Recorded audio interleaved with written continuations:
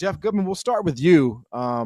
Who was your biggest winner today? If the mission is to get on the right side of that thing, who was your biggest winner of the bubble today? I mean, for me, it was Xavier. Sean Miller, the Musketeers, Zach Fremantle played well. Ryan Conwell was really good, and they needed this one desperately. You know, they've got some decent wins, but not enough of them in the Big East. You know, they won at Marquette. They've got UConn at home. They needed to beat Creighton at home in this one to have any shot, to me, of you know, being in a good spot going into the Big East tournament and not having to go deep in the Big East tournament. Because, again, you can say all you want right now, hey, Xavier's in a good position, even today after beating Creighton at home. But you don't know what's going to happen. If they lose early in the Big East tournament, you don't know some of the other bid stealers that are possible. So you want to put yourself in a position where you're locked in. This one helps. They still got to finish strong, winning their last couple games that are both winnable, and then maybe win a game in the Big East tournament, and then you'll be in good shape because you're probably, I think, going to play in that maybe 4 or 5 game, I would think, in the Big East tournament. Yeah, it looks like they're going to get UConn in the quarterfinals of the Big East tournament if everything kind of goes according to plan here. I'll say this about Xavier: they absolutely had to get this game, but I don't think that this is the kind of thing. We had them as our second team out in fielding the 68 on Friday, and I don't think that this gets them over the hump onto the right side of the bubble because, to be frank, it's a quad 2 win. Creighton is the 38th best team in the net. And the thing that Xavier has to worry about, like, I think that they want to be able to make a run here. I think you probably, if you really want to feel comfortable, I think you want to win at Butler on Wednesday. You want to beat Providence on Sunday. You want to beat UConn in the quarters, and you probably want to beat St. John's in the semifinals. Because the thing that you have to worry about is, one, they only have a single quad 1 win to their name. They're 1-8 in quad 1 against Marquette. They have no bad losses, right? They lost at TCU, which is whatever. They lost at Georgetown, which is a quad 2 loss.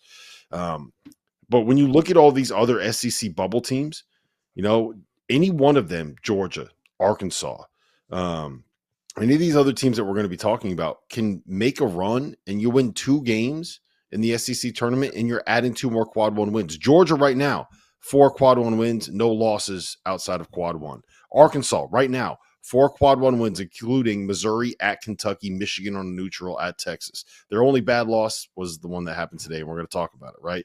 Texas has 4 quad 1 wins. Oklahoma has 5 quad 1. Oklahoma's beaten Arizona, Michigan, Louisville, and won at Arkansas. So the thing that Xavier is going to run into is all of these other teams are going to have a chance to be able to stack really, really good wins in their conference tournament. And if you're heading into Selection Sunday and your only quad 1 win is a win at Marquette, which does not look anywhere near as impressive as it did at the time, then you're going to feel like you're in a really uncomfortable spot on Selection Sunday.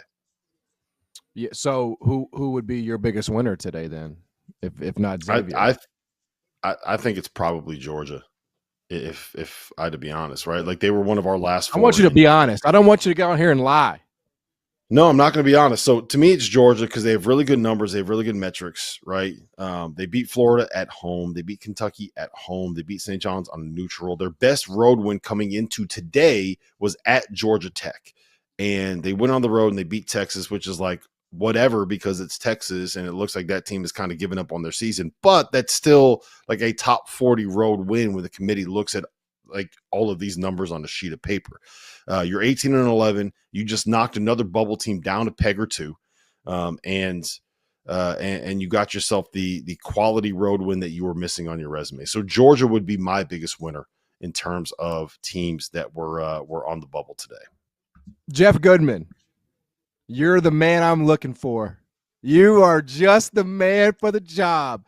Because I'm glad Dagan put that graphic up because I meant to ask you about this. I mean, potentially the most awkward situation is developing and unfolding in front of us at Indiana right now. Mike Woodson is stepping down. He's done. They're going to be looking for a new coach. And ever since that announcement was made, it's like Indiana can't lose, right? They beat Michigan State.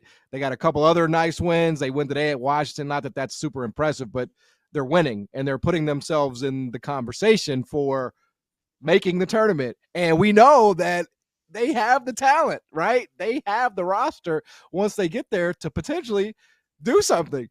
So, I mean, is there any precedent for this? Like if Indiana gets in and like Mike Woodson's in the Sweet 16 and then he's gone, like what are we doing here?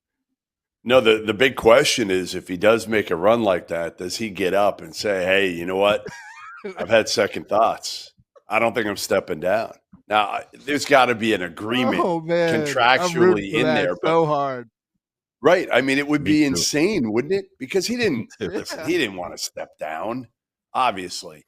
The timing was such, a few weeks ago that it looked so dire at that point that, administration talked to Woodson and kind of spelled it out for him. And he was semi-okay with that statement going out there. But he's never really publicly come out and completely acknowledged that statement. He's kind of referred to it a little bit here and there of, I'm doing it for the kids because this is it for me. But they have talent. We know that. We see it now. Umar Ballo only played 15 minutes today because of foul trouble. They're better with one big out there. And you know what? They're better. This is taking the pressure off him in a way because now he's playing the guys that want to win, that are going to play hard, that are going to play. Luke Goody was awesome again today. Yeah. And he plays with energy and he plays with pride. And so does Anthony Leal and so does Trey Galloway. And Malik Renew did it today. And if you can find those guys, you know what? You go down fighting with them if you're Mike Woodson, because at this point, what do you have to lose? I think it's taking the pressure off the players too, right? Like since he announced he was retiring, I believe it was, you broke the news, I want to say it was February 6th, maybe February 7th, somewhere around there, right? And it was after the loss at Wisconsin. And since then, they lost by 3 at home to Michigan, 1 possession game. They won at Michigan State. You lose by 4 at home to UCLA. You beat Purdue in the second half that was an absolute battering, right? You beat Penn State at home, and then you go and you win on the road in the first game of a West Coast swing. And to me, it looks like Indiana is playing freer. They're more comfortable. I gotta imagine those players, like there's been a motivation issue when it comes to Indiana this season, and if you play bad enough that your coach has to, they're gonna have an agreement that he is going to resign at the end of the season or retire at the end of the season. Like that's got to be a little bit embarrassing for those players too. So it seems like all it took was him getting forced out to have his guys decide to start playing for him. I don't know if that's a good thing or a bad thing for the coach, but it feels like where we are. Yeah. Yeah. Look, I'm here for the mess. Let's get a Hoosier run.